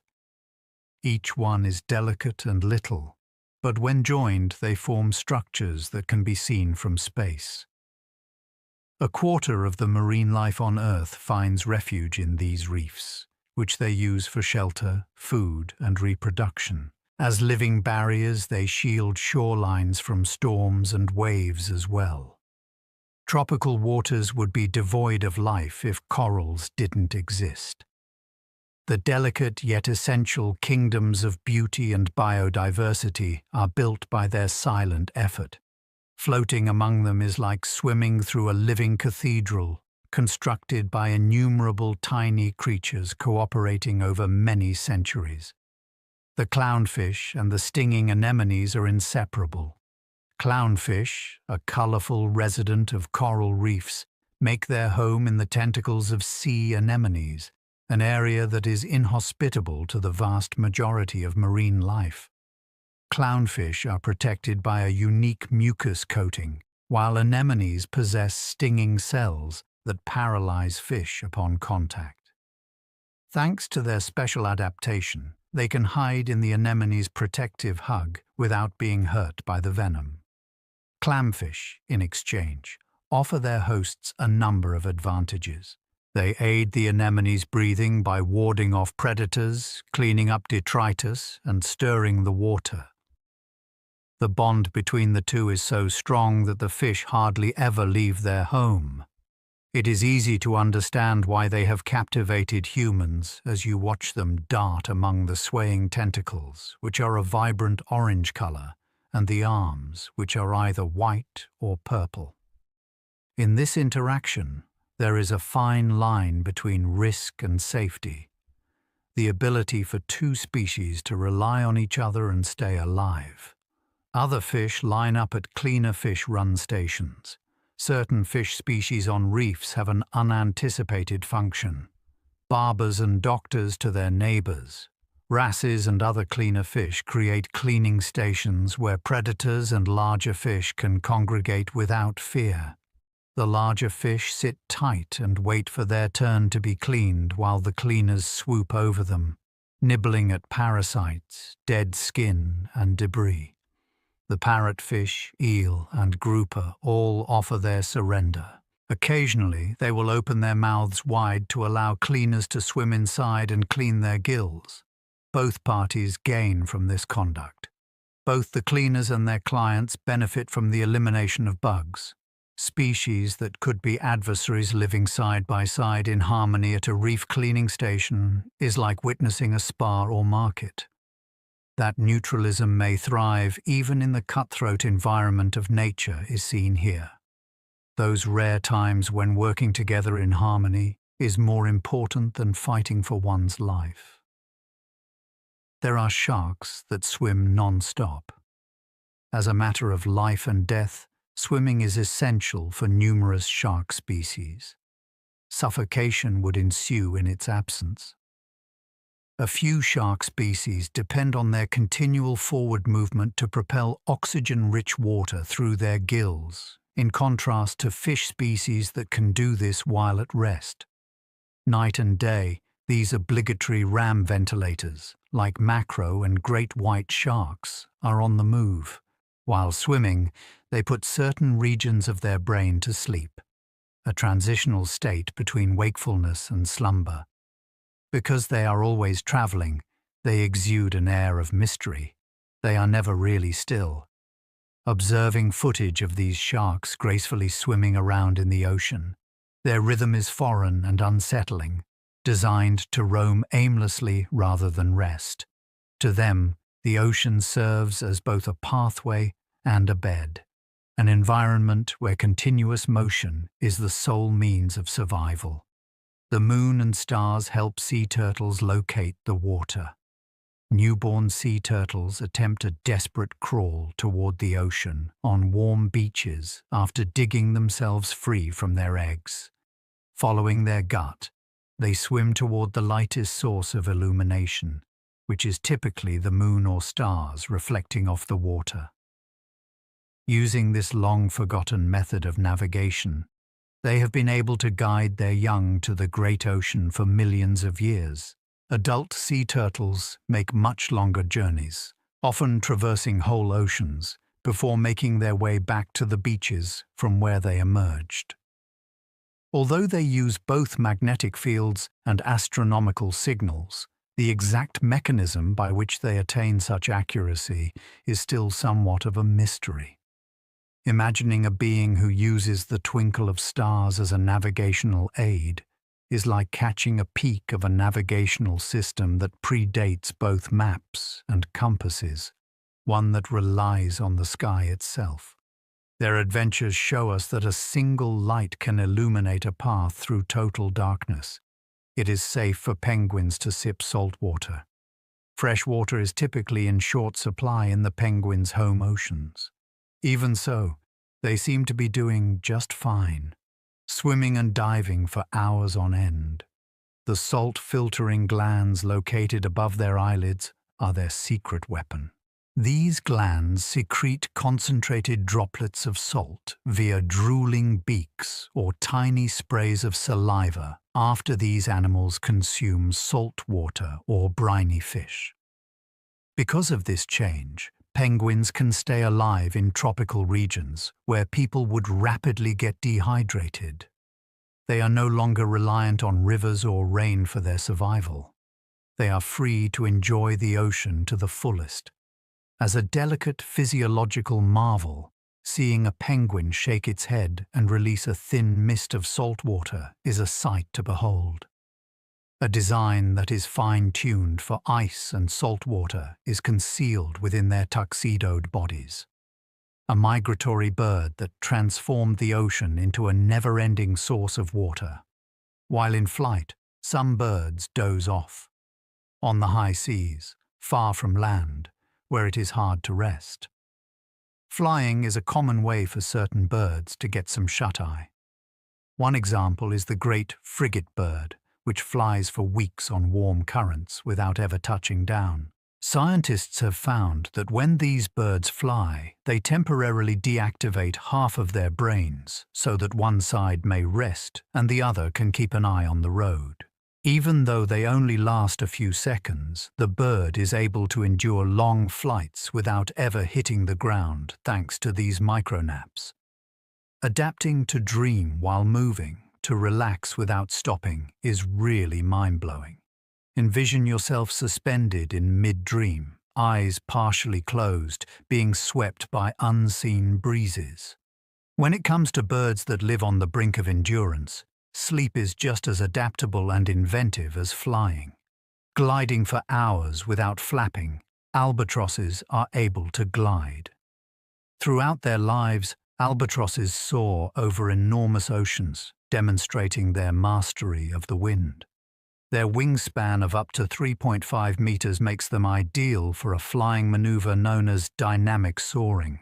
They harness the force of the unseen airwaves by deftly angling into the wind currents, which cause them to rise and fall in enormous arcs. They are able to glide for long periods of time, even days, without flapping their wings. Albatrosses are able to effortlessly travel tens of thousands of kilometers annually as a result of this gift. Only during mating season do they land on land, and while flying they sleep and sip rainwater collected in their beaks. Observing an albatross soaring aimlessly over the water is like being a fly in a wind tunnel. The bird seems to be one with the air, gliding with the wind as if the sky were a continuous highway. The heart rate of a hummingbird is more than 1,000 beats per minute. The dazzling hummingbird is one of nature's most remarkable athletes, despite its diminutive size. They can hover in one spot and dart in any direction because their wings move at a rate that the eye can't keep up with. Their hearts beat at incredible speeds, more than 1,000 beats per minute, to power his feet as they soar through the air. Their metabolism is so fast that they visit hundreds of blooms every day in search of nectar, which they must consume nearly continuously. Torpor is their energy-saving mode at night when they drastically reduce their heart rates, basically going into a mini hibernation to save energy. Extremes in nature are demonstrated by hummingbirds. Microbes that can fly non-stop across the Gulf of Mexico while weighing less than a cent are incredibly powerful. A rhythm as rapid and raging as the fires of life itself beats in their little jewel-like bodies. Exquisite courtship dances are performed by certain birds. Among the many animal courtship rituals, certain birds' displays of affection reach a high level of artistic expression. As an example, the intricate dances performed by birds of paradise are truly mesmerizing. Following the clearing of display areas on the forest floor, the males hop, swing, and unfurl feathers to create mesmerizing forms of light and color. When certain species stretch their wings and tails in symmetrical patterns, it's as if their bodies were living kaleidoscopes. The accuracy and originality of these displays are important factors in the mating process. Thus, the female birds observe them intently. In another part of the world, grebes run across the water in perfect harmony, dancing gracefully with one another. There is more to these rites than meets the eye. These are actions that have been refined through time. With every step, she exudes charm and energy. Such performances are like seeing a staged courtship. Grace, rhythm, and beauty, the essence of survival. A lyrebird's call can sound like a chainsaw or a vehicle alarm. The lyrebird is a resident of Australia's deepest woodlands, unparalleled in his ability to mimic. Its very stunning tail feathers resemble a lyre. The voice, nevertheless, is its real asset. The ability to mimic nearly any sound is possessed by lyrebirds. The soundscape is filled with a myriad of sounds, including birdsong, wind in the trees, camera shutters, chainsaws, and automobile alarms. To woo females, men incorporate these mimics into complex tunes that blend real and synthetic sounds in an eerie symphony. When you're in the middle of a forest and you hear a lyrebird call, it's as if the environment is playing tricks on you. Their impersonation is so lifelike that it may trick anyone. Nature bestowed her musical and impressionistic skills on the lyrebird, allowing it to reenact the contemporary world via its evocative primal song. The Arctic Circle rotates around the Earth once a year. There is no traveler like the Arctic tern. It travels from its Arctic breeding sites to Antarctica and back again every year, a journey of over 70,000 kilometers in total. Because of this, the tern gets to enjoy 2 summers per year, as it chases the sun all around the world. A single bird has the potential to fly the distance of 3 circumnavigations of the moon in its lifespan. Despite its fragile look, the tern is able to withstand oceans, storms, and seemingly limitless skies thanks to reflexes that scientists are only now starting to decipher. Movement characterizes this being, as does the never-ending cycle of distance and light. Migratory behavior is more than simply a means of subsistence. It is a cosmic dance, as any observer of such a small bird will tell you. A recorded existence that appears on Earth's physical map. Spiders can soar through the air with the help of silk parachutes. The necessity to disperse far from their congested origin is a common challenge for newborn spiders. They came up with a brilliant answer. They ascend to a lofty vantage point, lift their bodies, and let fly silken threads that flutter in the breeze. They float through fields, forests, and even oceans like living parachutes thanks to their inflating tendency. Among the clouds, spiders have been discovered thousands of meters up in the air. Still others have stowed away on invisible air currents and landed aboard ships far from land. Behold the incredible grace of wingless flight as you observe a spider delicately ascending into the air, supported only by threads of gossamer. As a result, we are reminded that the sky is actually teeming with tiny, invisible beings who are being softly taken into the unknown on threads of silk. The silk spun by orb weaver spiders is more durable than steel. Orb weaver spiders, with their symmetrical webs that shimmer in the morning dew, are among the most stunning engineers in the animal realm. One of the most extraordinary materials found in nature is the silk that they manufacture. Compared to steel, it is lighter than cotton, but stronger per gram. As a result of its elasticity, it can withstand pressures that would break other fibers. Spiders use a variety of silks, each with its own unique properties to spin a web. Silk for covering and protecting, strong radial threads for capturing prey, and sticky spirals for adhering to surfaces. Spiders that spin orb weaver webs are incredibly delicate, yet they are capable of capturing insects that are several times larger than themselves. The intricacy of spider silk has long eluded human attempts to imitate it, despite the many potential medical, engineering, and textile applications. Every night, the spider manages to do something that even our most sophisticated technology has not mastered: weave its web with precision and grace.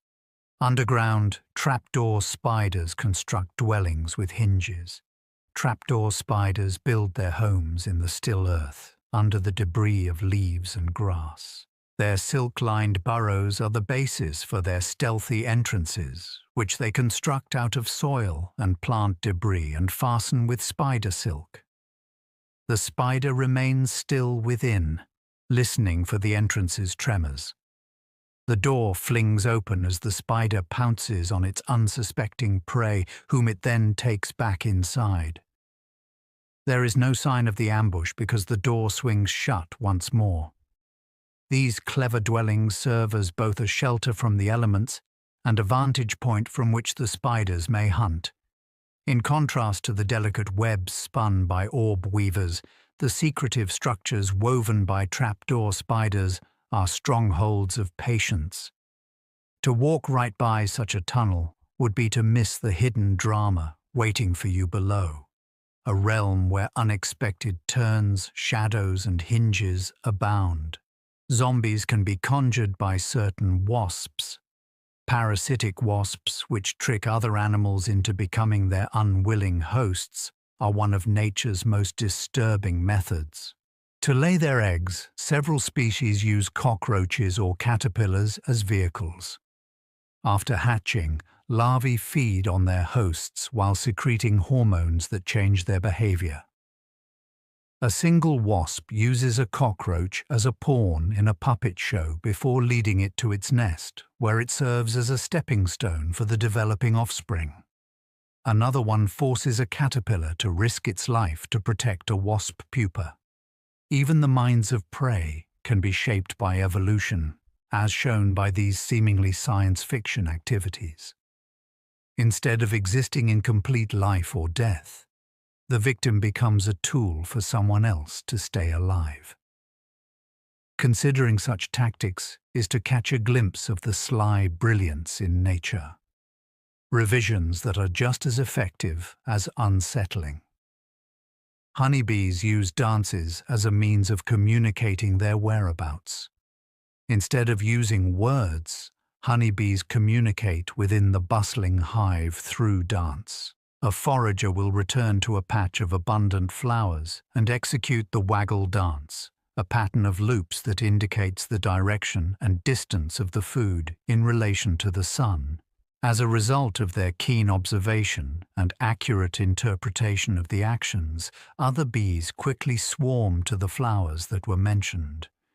Through this network of communication, beehives are able to pool the intelligence of thousands of individuals to make the most efficient use of available resources. In addition to being quite accurate, the waggle dance may change to follow the path of the sun. Observing a community together by motion and vibration is like being a spectator at a beehive as its sisters spin in time with the rhythm, a language that predates even the flowers. Their dances embody the essence of beauty and survival, an evolutionary dance that each beehive follows. Tadpoles are carried by some frogs. Some frogs in the tropical woods of South and Central America adopt a gentle protective posture.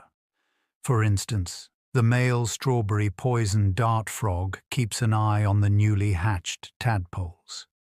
From the forest bottom, he ascends huge plants and trees, delicately carrying each one on his back.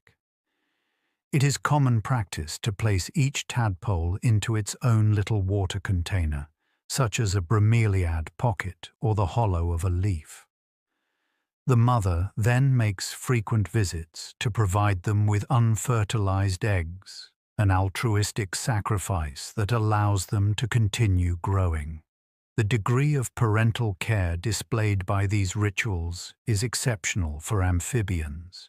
These amphibians take precautions to guarantee a secure environment for their young rather than relying on chance. An intimate and selfless aspect of survival can be observed when a frog delicately carries a wriggling tadpole through the forest. The Suriname toad is able to give birth by means of skin perforations. The Suriname toad is one of the most peculiar birth stories found in nature. During mating, the male presses fertilized eggs into the soft, spongy back of the female. The next step is for the skin to develop around the eggs, enclosing them in chambers that resemble honeycomb. They grow up in the protective environment of their mother's skin. After a few weeks, little toads that are completely grown come bursting out of her back like live pearls extracted from flesh pockets.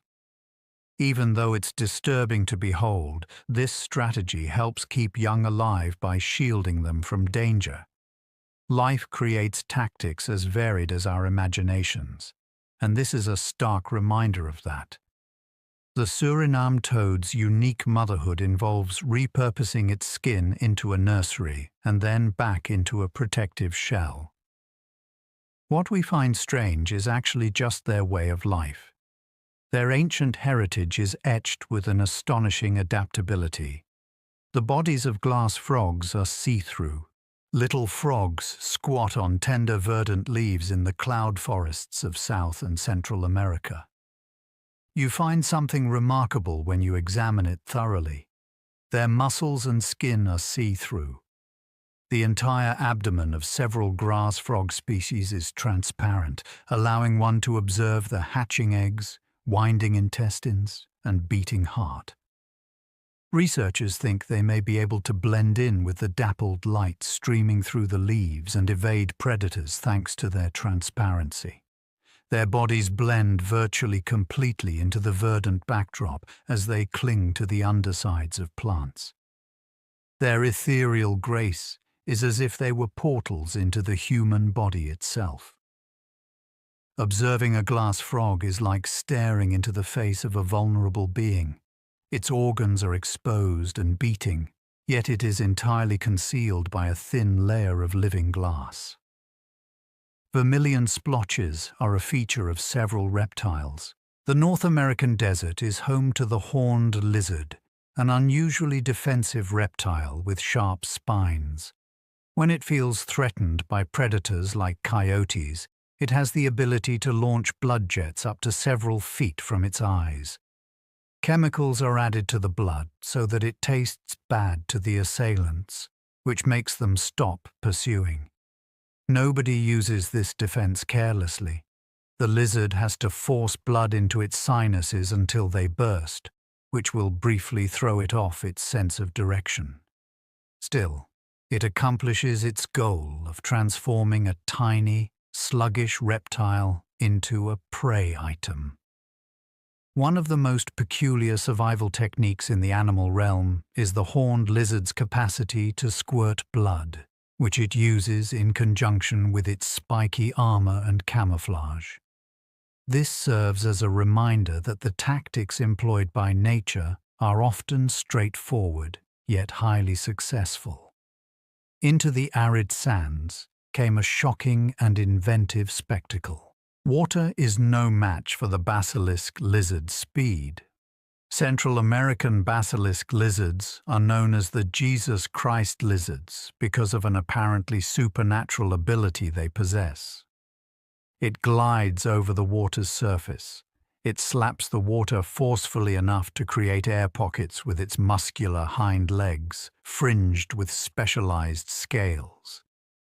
It avoids drowning by swimming swiftly, skimming the surface of the water for a few meters before plunging in headfirst. While larger basilisks may dart across the water's surface to evade predators, smaller juveniles can run farther than their heavier adult counterparts. Seeing one dash over a brook makes one feel as if gravity had momentarily let go of their disbelief and let them fall into awe. It is not magic that the basilisk uses, but rather the laws of physics that it has evolved to use. The glistening light of a river in the rainforest, though, makes it seem like something out of a fairy tale. Gliding is a skill possessed by certain snakes. Some snakes perform the unthinkable in the dense woods of Southeast Asia. They soar across the air. To regulate their glide, paradise tree snakes flatten their bodies and jump off trees, undulating in the air. They create lift as they move by reshaping their ribs to act like living parachutes. They can land safely after a single leap of more than 20 meters, despite the lack of wings. Gliding past one of these serpents is like witnessing contradiction personified. Something we normally picture as rooted to the earth actually becomes a living ribbon swishing through the sky. Astoundingly graceful for something so implausible, scientists study their flying to understand aerodynamics. Snakes like these show that flying isn't just for birds and bats. Snakes aren't the only ones who soar through the rainforest canopy. The bites of Komodo dragons are poisonous. As the largest lizard on the planet, the Komodo dragon can reach a weight of 70 kilograms and a length of more than 3 meters. For a long time, researchers thought its strength came from the germs in its saliva and the keen teeth it had. Yet, another secret, poison, has been uncovered through investigation. Toxins are released into their victims by the venom glands that inhabit Komodo dragons. Inducing shock, these poisons dilute the blood, reduce blood pressure, and block coagulation. This poison, along with the sharp teeth of the dragon, makes its assaults extremely lethal. Komodo dragons hunt massive animals like water buffalo and deer by ambushing them with patience and stealth. Even if the animal manages to get away from the bite, it usually dies within a few hours. Afterwards, the dragon will feast by following its scent trail. It is easy to perceive echoes of prehistoric predators in the slow, deliberate gait of these enormous reptiles. An artifact from a simpler time has been preserved by evolution in the Komodo dragon. One way crocodiles can go for days without eating is by slowing their heart rate.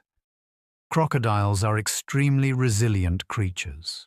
They are able to go weeks, if not months, without eating because their metabolisms are so much slower than ours. Their extraordinary mastery of their emotions is a key. Crocodiles can conserve energy and oxygen by slowing their heartbeat to a few beats per minute while they lie immobile in water or muck. They may wait for the ideal moment to attack, ambushing their prey with an uncanny sense of patience. When food is scarce, it allows them to go longer periods without eating, giving them an advantage over other predators. After more than 200 million years of evolution, a crocodile's body is essentially a living fossil. Their languid, rhythmic hearts reverberate with old cadence, serving as a reminder that being alive isn't always about being fast or active, but rather about being quiet, efficient, and patient. An almost eternal power resides in their quiet. In order to communicate, certain fish use electricity. Some fish have developed an electrical language to communicate in dark, cloudy seas, where vision is impaired. Subtle electric fields encircle the bodies of electric fish like knifefish and elephant nosefish. Their ability to sense objects, traverse in darkness, and communicate is enhanced by altering these signals. The electromagnetic patterns that fish use to identify potential partners and predators are distinct from one another. They fill the water with their silent chatter as they exchange pulses, waves, or bursts like coded signals. Electricity is a civilizing tool in our view. This sensation is as second nature to these fish as sight or hearing. Their experiences show how diverse our senses are and how strange and familiar other perceptions can be. A realm of existence unseen by humans can be glimpsed if one can envision water filled with imperceptible electric buzz. Electric eels have the potential to stun horses with their powerful shocks. Although they go by that moniker, electric eels are actually knife fish and not real eels. Their capacity to produce electric discharges as strong as 600 volts has made them famous. This was enough to stun a horse in the past, and even a human. Their electrical abilities serve them well in both hunting and self-defense. The eel can consume its victim alive after a quick shock paralyzes it. In order to navigate and perceive their surroundings in dark waters, they can also generate weaker pulses. They have specialized cells called electrolytes, arranged like capacitors all over their body, making them basically live batteries. These cells release an electric shock of tremendous power all at once when activated. The native inhabitants of the Amazon region have a mixed relationship with electric eels. Experiencing one is like being struck by lightning, the unbridled, wild force of biology. Fish may be made to glow by using bioluminescent microorganisms. As dusk falls over the sea, light takes on dual purposes, as a weapon and a shield. Though they don't actually emit light, many fish in the deep ocean harbor bioluminescent bacterial colonies in organs that are specifically designed to do so. Under the water, these microbes produce a constant living light that serves as a lantern. To avoid being seen by predators below, some fish employ the glow to blend in with the dim light coming from above. For some, it's a fishing rod that brings game straight to their jaws. There is mutual benefit to both parties. Bacteria produce light, and fish supply shelter and food. In order to make patterns in the dark, some fish, like the flashlight fish, have glowing patches behind their eyes that they can turn on and off. The idea of animals propelled by microbial communities seems bizarre to us. This kind of collaboration is widespread in the deep, though. There are methods for light to shine in the dark. Color changes are a means of communication for some squid. When it comes to marine life, squid are among the most showy. Colors and iridescence come to life on their skin. Chromatophores, microscopic sacs of color that elongate and shorten at the speed of light, lie underneath their surface. With them, squid may change their body color from white to a deep red in the blink of an eye. Many species, according to scientists, employ this ability for communication as well as camouflage. As a courtship, aggressiveness, or collaboration signal, squid groups frequently synchronize their colors, pulsating stripes or spots in unison. Picture swarms of squid swimming around like a living light show. Discussions conducted through bursts of color that we are unable to completely understand. From a human perspective, these displays appear paler, resembling underwater neon signs. For squid, though, it's all just language, a constant, ever-changing pattern of living skin that serves as a wordless discourse. The vampire squid inhabits low-oxygen environments. A delicate, deep-sea survivalist, the vampire squid belies its ominous moniker. The oxygen minimum zone is one of the ocean's most hostile habitats, where oxygen levels are dangerously low and most marine life dies off. With its gelatinous skin and a web-like shroud that connects its arms, the vampire squid conserves energy as it wanders slowly. Its hunting behavior is distinct from that of its cousins. Instead, it rolls organic particles in the form of marine snow, drifts of organic matter with sticky filaments, into meatballs. Its name is derived from the spooky aspect and dark color it has. However, rather than acting predatorily, it gathers food gently. It has carved itself a place in seemingly uninhabitable seas, acting as a spectral remnant of long-gone cephalopods. The vampire squid demonstrates that brute force and aggression aren't necessarily necessary for survival. It may necessitate learning to be frugal, efficient, and patient at times. The enormous squid's eyes are as big as dinner plates. Huge squids, so rare that only a small number have ever been caught, lurk in the shadows of Antarctica's oceans. A real leviathan of the ocean, it can reach lengths that are comparable to enormous squids, but even heavier. Its bewildering eyes are its most striking trait. Its largest known size is 30 centimeters, or about the same as a dinner plate.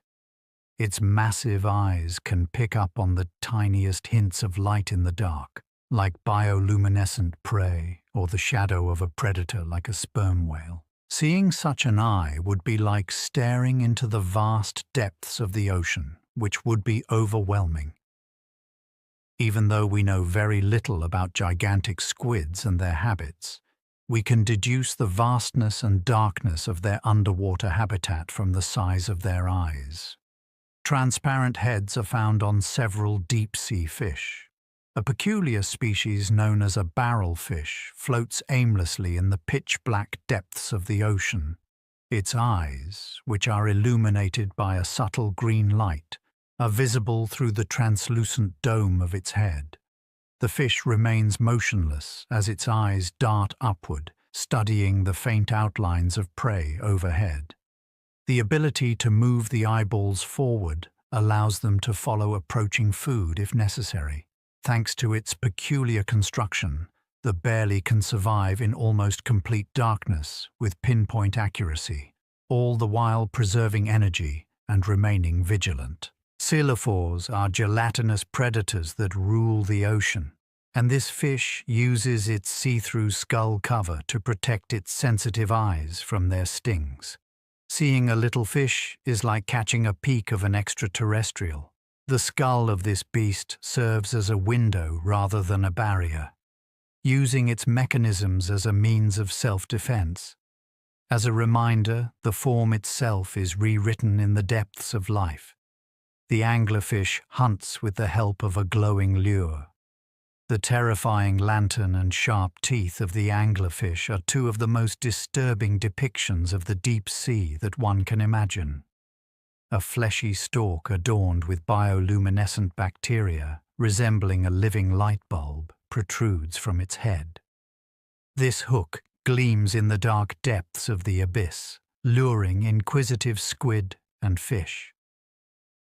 The anglerfish swallows food at nearly half its size when it snaps its jaws shut with lightning speed as they approach. Males occasionally fuse permanently to their bodies, becoming little more than appendages supplying sperm, while larger females hold these lures.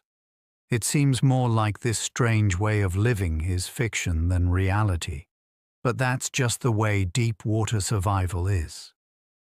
The anglerfish has turned light, a symbol of hope in the dark, into a trap by weaponizing it. Crabs can accessorize themselves with real sponges. There are various sorts of underwater camouflage, but certain crabs really master it. Decorator crabs utilize their hooked bristles on the shell to affix fragments of sponge, coral, and even live anemones. Their forms are hidden by these ornaments, which blend them with the reef's backdrop. We have some strategic choices. Sponges can secrete toxins, while anemones sting potential predators for added defense. The anemone is able to move to different hunting grounds thanks to the crab. An embellished crab's movements are like witnessing the resurgence of a section of reef, a veritable walking garden. What appears to be whimsy is really a survival tactic, a smart partnership between the organism and its surroundings. Some crabs, caught in the never-ending battle between predators and prey, don't hide. They transform into living landscapes. Hermit crabs exchange shells by forming vacancy chains. A hermit crab's shell cannot be produced by its own body. They take snails' empty ones and use them. However, they'll need to upgrade to bigger houses when they get older. This frequently results in extraordinary group dynamics in nature. A large number of hermit crabs will congregate around a freshly formed shell to examine it thoroughly. They line up from smallest to largest, waiting for the crab in front of them to transfer into the new shell so they can take it if it's too big. Hundreds of crabs, maybe even thousands, can be involved in these vacancy networks, which entail the precise scheduling of house relocations. Collaboration makes sure that everyone wins, transforming the competition into a community affair. The fascinating and entertaining experience of watching crabs exchange shells is reminiscent of apartment residents trading. Observation of the ability of even the most basic organisms to deal with shortage by displaying signs of order and patience. Not all Shropshire sheep are colorblind. The amazing human eye contains 3 distinct kinds of color receptors that enable us to perceive the entire rainbow. A tiny marine predator known as a mantis shrimp can actually carry as many as 16 different kinds. This allows it to see things in ways we can't fathom, picking up on polarized and ultraviolet light that humans can't see. Hidden from human sight, the reef is probably a kaleidoscope of shapes, colors, and signals for the mantis shrimp. Both hunting and communication benefit from these abilities. It is hard to put oneself in a mantis shrimp's shoes because their shells emit signals that are visible only to one another. We don't understand this palette. They serve as a constant reminder that our perception is limited to a single version of reality and that there are many more. We will never be able to fully appreciate the ocean's myriad hues. When it strikes, the mantis shrimp does it with the force of a bullet. In addition to having extraordinary eyesight, mantis shrimps have one of the quickest strikes of any animal. Its club-like limbs are so fast that they cause cavitation bubbles, which are small holes that pop when exposed to intense heat or light. Crabs and snails can have their shells cracked and aquarium glass shattered by the force of the hit. The punch hits its target with the velocity of a bullet. An intricate network of spring-like mechanisms and shock-absorbing tissues allows the mantis shrimp to deliver these blows repeatedly without injuring its own limbs. One hunt is like witnessing the laws of physics in action, an explosively precise being that harnesses mechanics. Incredibly perceptive and incredibly powerful, mantis shrimp exude fierce intelligence despite their diminutive stature. Subtle but formidable, these coral reef gladiators lurk in plain sight. There are worms that, when submerged in water, provide a green light. As the sun sets and the sky grows dark, certain worms emit an ethereal green light that illuminates the ocean at dusk. Polyatos are delicate beings whose bioluminescent bodies glisten. If they feel threatened, they may let out luminous particles into the water, which they then use to make emerald fire streaks as they go. While scientists speculate that this light could entice partners or deceive predators, we find it utterly hypnotic. Light strands gliding through the water. The light from these worms is gentle, like a gentle breath in the night, in contrast to the ferocious lanterns of anglerfish and the abrupt bursts of squid. In spite of their diminutive size, these creatures have figured out how to make their survival an entertaining show. Their brief but unforgettable presence is written in light in the unending blackness of the ocean. Some people construct chimneys on the ocean floor using metal sulfides. The ocean floor is home to hydrothermal vents which blast mineral-rich hot water from fissures in the Earth's crust. Surrounding these vents are peculiar chimneys that were constructed by chemical processes rather than human hands. Several meters tall, ragged structures can be formed when hot water meets cold seawater, precipitating metals such as iron and copper. Black smokers are those that spew out plumes of water that are rich in minerals. Rather than being inert rock, these chimneys are the building blocks of whole ecosystems. In this chemically rich environment, tube worms, shrimp, and crabs congregate in dense colonies to feed on bacteria. Being in close proximity to one would be like looking at a mysterious, glowing metropolis that materializes out of the night. In a solar-blackened universe, these chimneys stand as living monuments to the peculiar chemistry that allows life to persist in the harshest environments on Earth. Hot springs can be a home for some creatures. Water in volcanic areas can get almost boiling when steam rises from the ground and hot springs bubble. Such extremes are fatal for the majority of life forms. And yet, thermophiles, a special group of organisms, do not just endure, but thrive. These acid pools are ideal for microbes and archaea. Their enzymes figured out how to work, while ours wouldn't. Some of these plants even impart their vibrant colors to the pools, making the water a kaleidoscope of green, orange, and yellow. It is not uncommon to find higher species, such as crustaceans and worms, tolerating temperatures that are hard to fathom.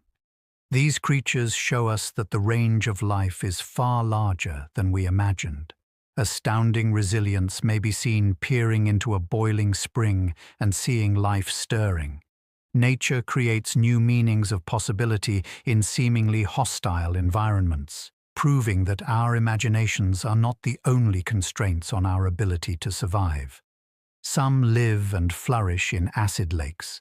Some earth lakes are so acidic that they might dissolve metal, and these locations appear completely inhospitable to any form of life. There are still bacteria here. Extremophiles that love acid flourish in environments with pH values around 0, such as the Dalol pools in Ethiopia or in abandoned mine drainage. They are able to sustain life despite inhabiting what appear to be chemically hostile surroundings, because their proteins and membranes are designed to withstand corrosion.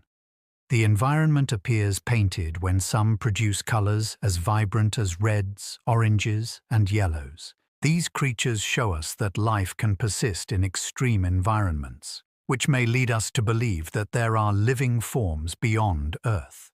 Species that do well in acid lakes on Earth may be able to handle the extreme chemistry of other planets, even in the face of seemingly insurmountable obstacles. These microscopic organisms demonstrate that life is resilient, creative, and unyielding. Miles underneath the surface of the Earth, bacteria reside. Miles of undiscovered habitat await us beneath the surface. Isolated from the outside world for millions of years, bacteria survive under tremendous pressure in these microscopic fissures and pores that are filled with water. Hydrogen gas, which is produced when water slowly reacts with rock, is a source of survival for some. Some people ingest trace amounts of sulfur compounds or methane. The life cycles of these bacteria are counted in millennia, not by humans, because they dwell at such depths and on such lengthy timescales. In places where sunlight has never reached, scientists have discovered thriving microbial populations while drilling into deep boreholes and mines. There might be more life forms in this subterranean biosphere than in all the seas put together. Down below, there is an unseen sphere of life that is silently pulsating. Our perspective on Earth is transformed. The planet is constantly humming beneath the surface, with an invisible yet undeniable life force. Sulfur and heat are the only things that some animals can eat. In the shadow of seafloor hydrothermal vents, where hot water rushes up from the depths, bizarre life forms flourish in the absence of oxygen and sunshine. Chemosynthetic processes power the ecosystems of enormous tube worms, clams, and crabs, as opposed to photosynthesis. Chemical energy conversion. Symbiotic bacteria inhabiting tube worms generate energy from hydrogen sulfide, a chemical poisonous to most forms of life. Nutrients are supplied by these bacteria, which nourish their hosts internally. Those worms, with their meter-long bodies and blood-red plumes, look like some kind of extraterrestrial creature with its roots in the shadows. Their environment appears inhospitable, poisonous, and completely dark to us. The fact that life exists here in such abundance demonstrates that our planet is dependent on sources other than the sun. The fact that these sulfur-powered towns exist is proof that life is incredibly flexible. It finds energy wherever it can and can even turn poison into food. Life may exist under nearly any condition, as shown by extremophiles. Radiation, extreme temperatures, both hot and cold, pressure, both high and low, and acidic and alkaline pools and lakes. Life has been discovered in every previously thought to be inconceivable location. The extremophiles that call these places home test all of our biological presumptions. Some microbes can withstand radiation doses that are thousands of times higher than the human body's protective shielding. Others are able to withstand extreme drying out, losing almost all of their water content and then remaining dormant for decades until they are resurrected. The extremophile community as a whole demonstrates that the range of possible habitats is vast, not limited. Both our perception of Earth and our ideas of life on other planets are transformed by this realization. There must be life on Mars, Europa, or Titan if bacteria can survive in such hostile environments as acid, ice, and boiling vents. Life is not fragile but tenacious, extremophiles whisper, adding that it may be universal and waiting for the right conditions to emerge. Living dinosaurs, birds, are. Observing a hawk swooping low in the sky or a robin sitting on a fence is like looking at a living relic of the dinosaurs. Birds are not merely distant relatives of them. They are theropods, descended from velociraptors and other dinosaurs. Long before birds learned to fly, feathers served as insulation or ornamentation. They later developed to allow birds to glide and soar. The hollow bones and claws on bird skeletons are remnants of their reptilian predecessors. When we learn that birds are actually dinosaurs, our perspective on the past changes dramatically. The great ancestors of the monsters who had dominated Earth continued their reign by ascending to the heavens. A tale that began over 200 million years ago is being carried on with every chirp, flutter, and flock in flight. The giant prehistoric beasts can still walk on two legs. Upon waking, they sing from their perch in the air. After 200 million years, crocodiles still look much the same. As the dinosaurs gave way to birds, crocodiles stood the test of time. Since their relatives went extinct more than 200 million years ago, modern crocodiles seem very similar to them. Evolution had no need to change their anatomy because of how well adapted they are, with armored skin, powerful jaws, and stealthy ambush techniques. As the world's oceans splintered apart and new mammalian species emerged, crocodiles were there to see it all. Even so, they persist. Patience and efficiency were crucial to their survival. Worldwide, you can find them in rivers, marshes, and along coastlines.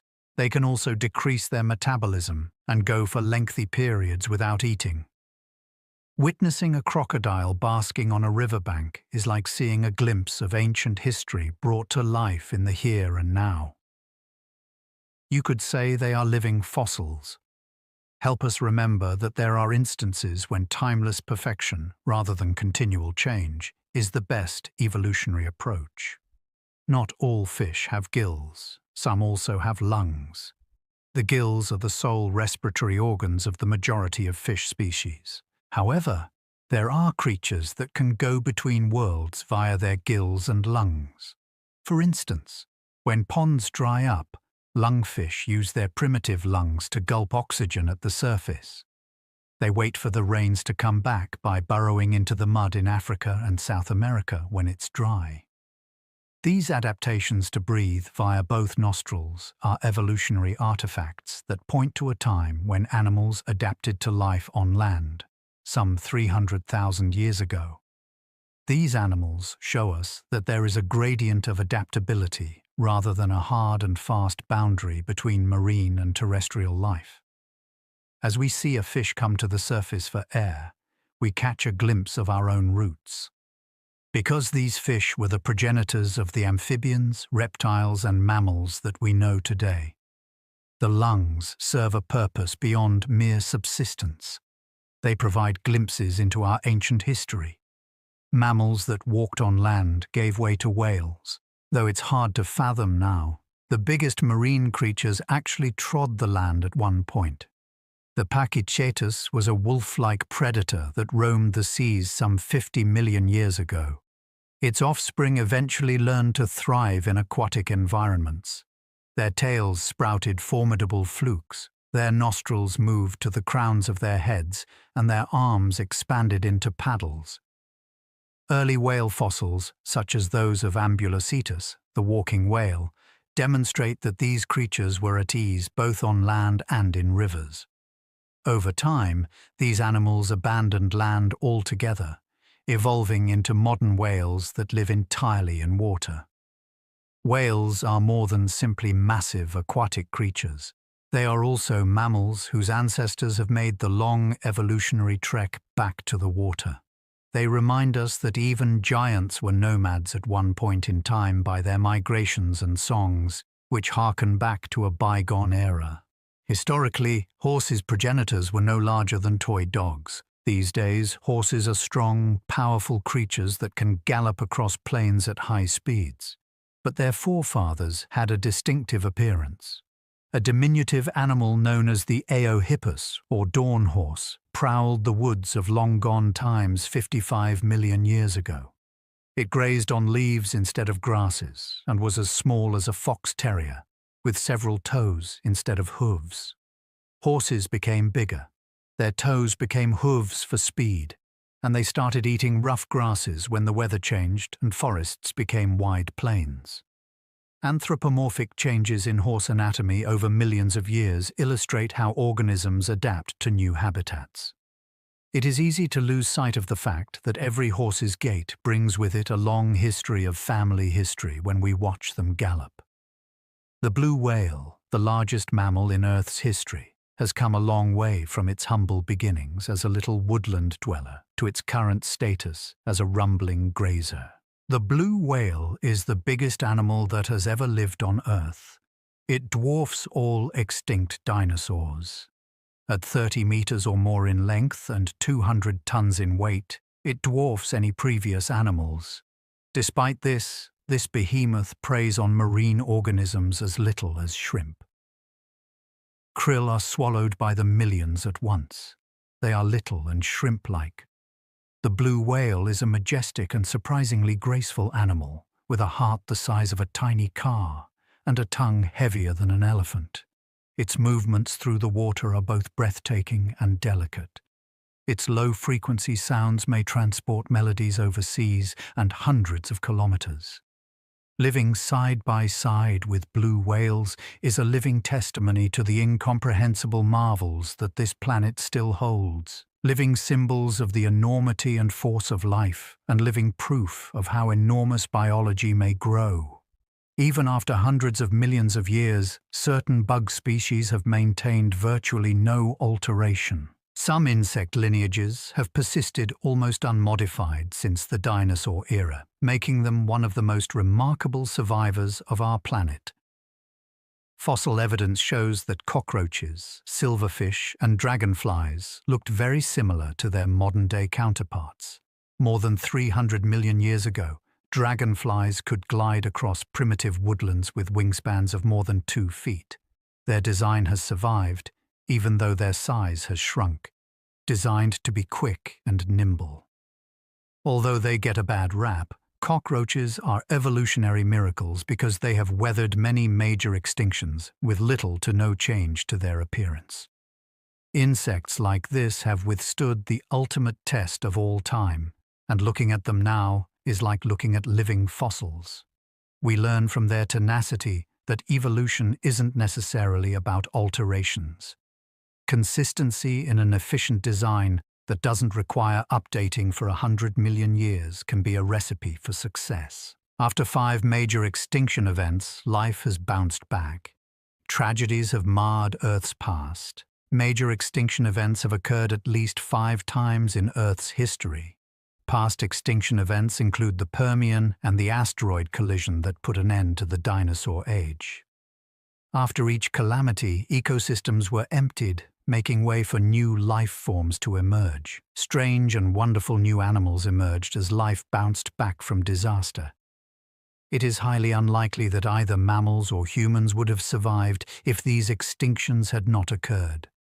Life is incredibly resilient. Evolution keeps on, changing and remaking even when everything seems gone.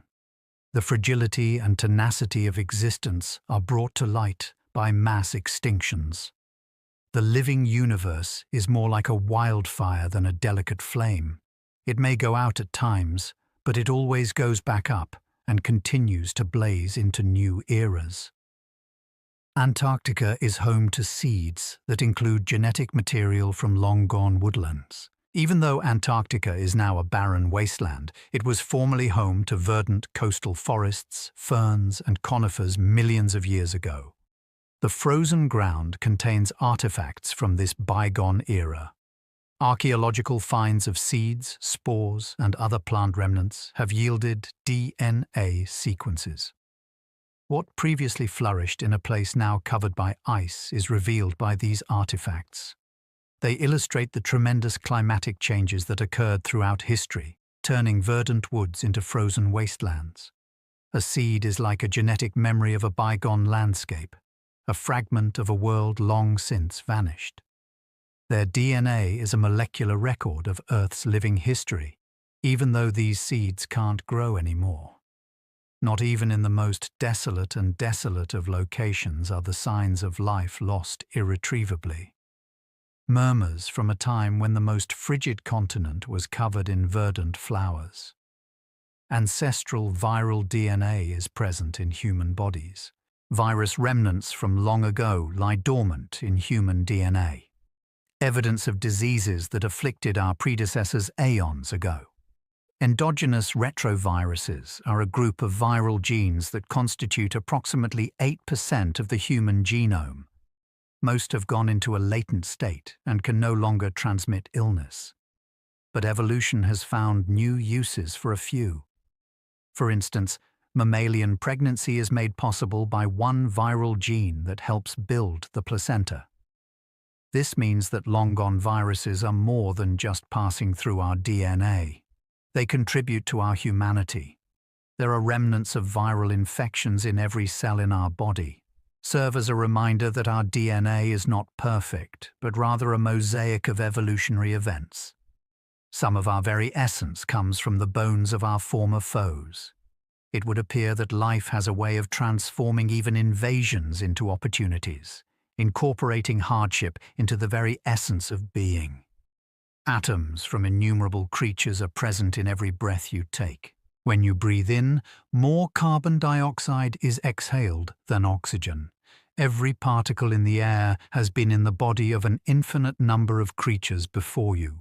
Your exhaled carbon might have originated from a leaf, a bird, or even a prehistoric reptile. The air you breathe may have once circulated through the veins of a long-gone whale or mammoth. Our own breath connects us to every single moment of life on Earth due to the infinite recycling of atoms. Every breath we take is a link in a continuous chain that dates back billions of years. Inhaling becomes more important than staying alive. As a result, it becomes one with nature and the spirits of long-gone animals and plants. As long as we continue to breathe, we will always be a part of Earth's history, holding a little bit of every life form within us. The fact that we share life with each breath serves as a constant reminder of this fact. The genetic code is identical for every living thing on Earth. Everywhere you look, there are organisms, from oak trees straining for the sun to microbes buried in ocean vents. Every living thing, from hummingbirds to people, follows the same molecular code. DNA, a sequence of only 4 nucleotides, is the building block of all life on Earth. Surprisingly, this code is applicable everywhere. The language used to construct a mushroom is the same as that used to construct a whale. All forms of life seem to have descended from a common progenitor, an idea that took root billions of years ago and has since taken on an infinite variety of shapes and sizes. Our common ancestry with other creatures such as insects, fish, and trees dispels any sense of alienation. A deep reality is exposed. All life on Earth is related, continually branching out from the same source. There is a unique fingerprint in every genome, from the smallest bacteria to our own. Existence is a universal poem. Composed of elements formed in long-gone stars, you are unique. Stars lived and died in spectacular explosions called supernovae long before Earth came into being. Elements denser than hydrogen and helium were created in their blazing centers. Elements, carbon, oxygen, iron, and calcium. The explosion of those stars dispersed these fundamental components throughout the galaxy. Planets, oceans, and sentient creatures were formed when they finally fused. Everything you take in, from the bone-building calcium to the blood-purifying iron and the oxygen you breathe, originated in stars that went out of existence aeons ago. This is to experience the paradox of infinity and diminution. In fact, you are an integral part of the universe, with a little bit of stardust in every one of your cells. You are the product of a cosmic dream in which the cosmos dissolved into individual atoms. Always keep in mind that there is more to the night sky than meets the eye. You are looking at your own long-lost relatives. Our tour of Earth's natural treasures has come to a peaceful end, my friend. Our paths have entwined as we have sailed through forests, oceans, deserts, and mountains, traversing both the hidden present and the distant past. Luminous worms, ancient creatures, and singing whales have all been our companions on our travels. The narrative of life unfolded before our eyes as it repeatedly reconfigured itself, adapted to new circumstances, and lasted. Feel free to close your eyes if they're getting heavy. As you focus on the constant pulse of your breath, let it mirror the rhythm of the waves lapping at a shore, the flutter of wings, or the flow of life itself. As you take a breath, you become one with every living being who has ever existed. A little thread in the enormous continuous tapestry of Earth's history.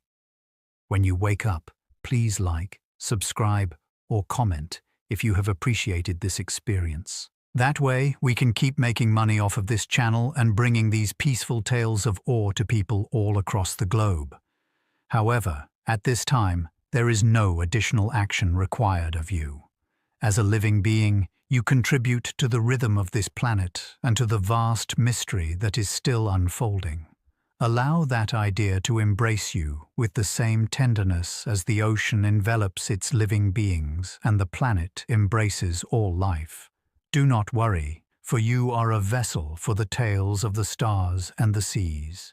Sleep peacefully and dream gently. Farewell for the evening.